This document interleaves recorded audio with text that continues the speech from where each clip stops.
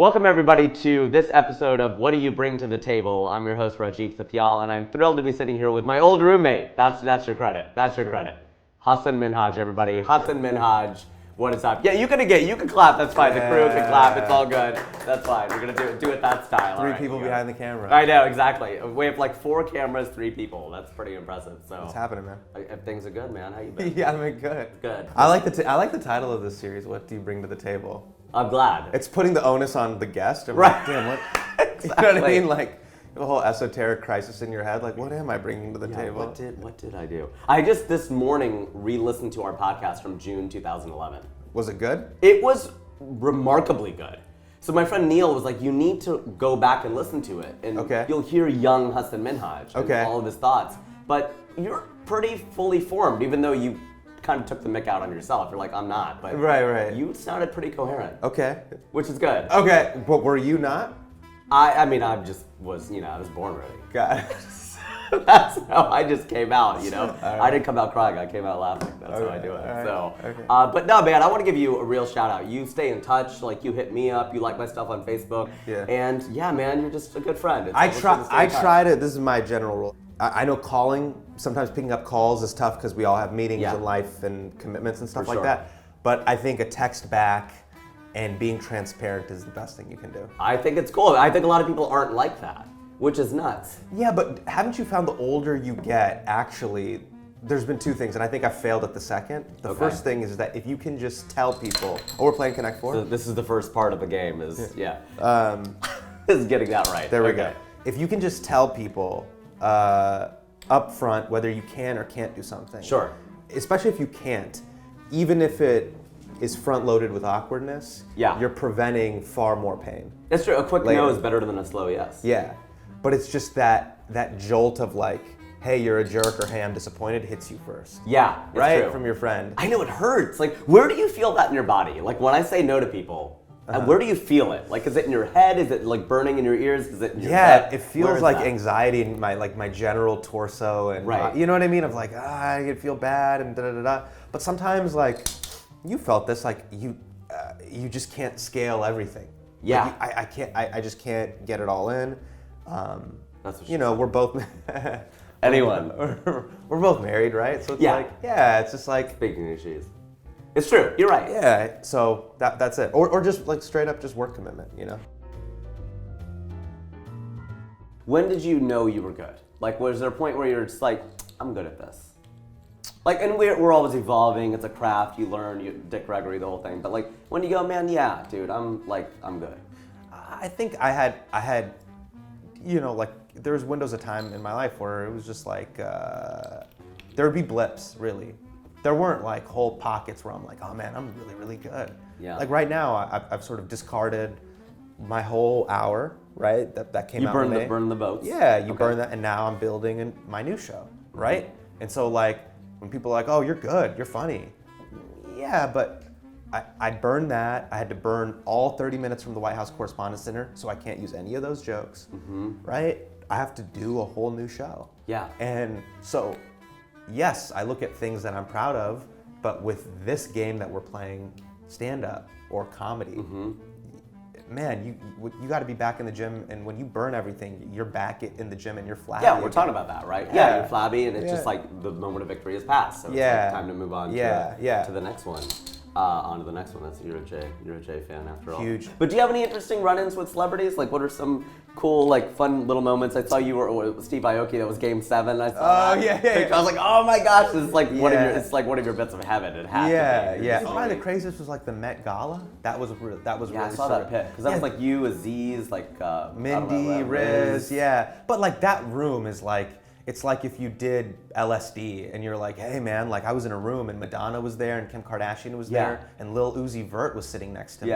You'd be like, what? It's a dream. Yeah, that's what the Met Gala is. Yeah. But it's a cool room. But I remember I went with Trevor Noah, and this was so cool. Trevor gave me like this dope, amazing piece of advice.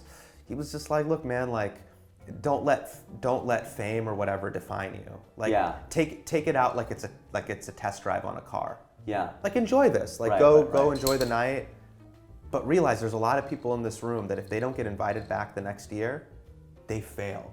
Yeah. So it's a trap for them. Yeah. And so as soon as they take away fame from you, it's as if they took a piece of you away. And man, that was one of the best pieces of advice I ever got. Because he's such a, people know that he's a charismatic, charming, funny guy. Of course. But he's also like a very deep, wise soul. So the way he was moving in that room is he was just like, no, this is fun. And when they tell me that I'm not cool anymore, I'll have this memory.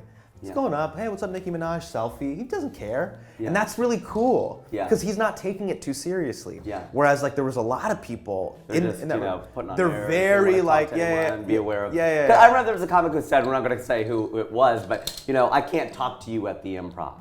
Because I can't be seen talking to you, we're at different levels. And people who get into that game, just wow. I mean, I guess on one level it's honest. Somebody who said that, I think it was to you. It was like, wow, I guess that's honest on some level, but it's also but you know how crappy that is. So why don't you change the game? Why don't you not be that person? Right. That's And then when you sad. also really break it down, when you listen to that sentence, you're just like, oh man. Yeah, that's what I become. Or if that's what you think you live and die by, oh man, I'm sorry. Hey, if you like that, there's more. Please like, share, and subscribe for more content. You had asked me this question, and then I think it was the Steve Jobs documentary, Rest in Peace, Great Men Cannot Be Good Men. Yeah. You had asked me that, and you're the first person I'd ever heard say that. Do you think, can great men be good men? Yeah, I've seen it with my own eyes now. Wow. Yeah, Jon Stewart, Stephen Colbert are in character, excellent men, and in what they've accomplished in their life, undeniable goats. And they're good people. They're amazing people. And they're amazing people because of the way they treated people when the cameras weren't on. They set a precedent at work that I think is really great, and I hope I can do what they do. How many animals have you ridden?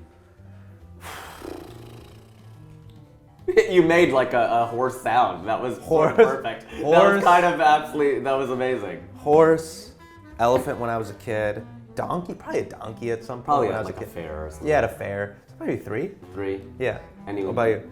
Yeah, horse, elephant, human. I don't know, does that count? Yeah. Piggyback ride or whatever. Piggyback rides, yeah. Is that recent or? That's I don't know. I could probably ride week? on your back pretty easily. Right. Absolutely, That's what I'm doing with this show. Yeah. So anyway, when you have inspiration, where do you feel that come in your body? When you get an idea for a joke or whatever else. I always describe it moment of truth as you get the idea and then you only know it works. That's our first moment of truth. Second moment of truth is when it works on stage. Yeah. And third is when people quote it back to you. That's insane. Oh my gosh, I love that one joke you do. And they tell it to their friend when you're there or whatever. That's you're pretty cool. Dude, that's boss. Yeah. To me, it's just like seeing a comet or a shooting star or lightning. It's these little blips. It doesn't happen often. Yeah, it's hard to contain it. Yeah, bottle, yeah. right? It's hard to put lightning in a bottle. That's what's. But that's the whole game. It's chasing that. When you make something good or bad, do you know it before you go out there, or do you just not know until you go out? Do you have a sense of I don't know. Well, I won't clown anybody's art, but I will just say that you see some crap out there and you're like, did they ever think that was going to be good? Have you ever been surprised?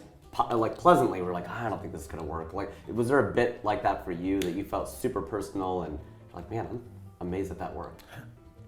It's interesting. I think my instincts are getting better, where I'm quickly able to delineate and say that's a good take, that's a good joke, that's kind of weak. But then I will still be surprised at moments where a tag will just that you just sort of set off the top of your head.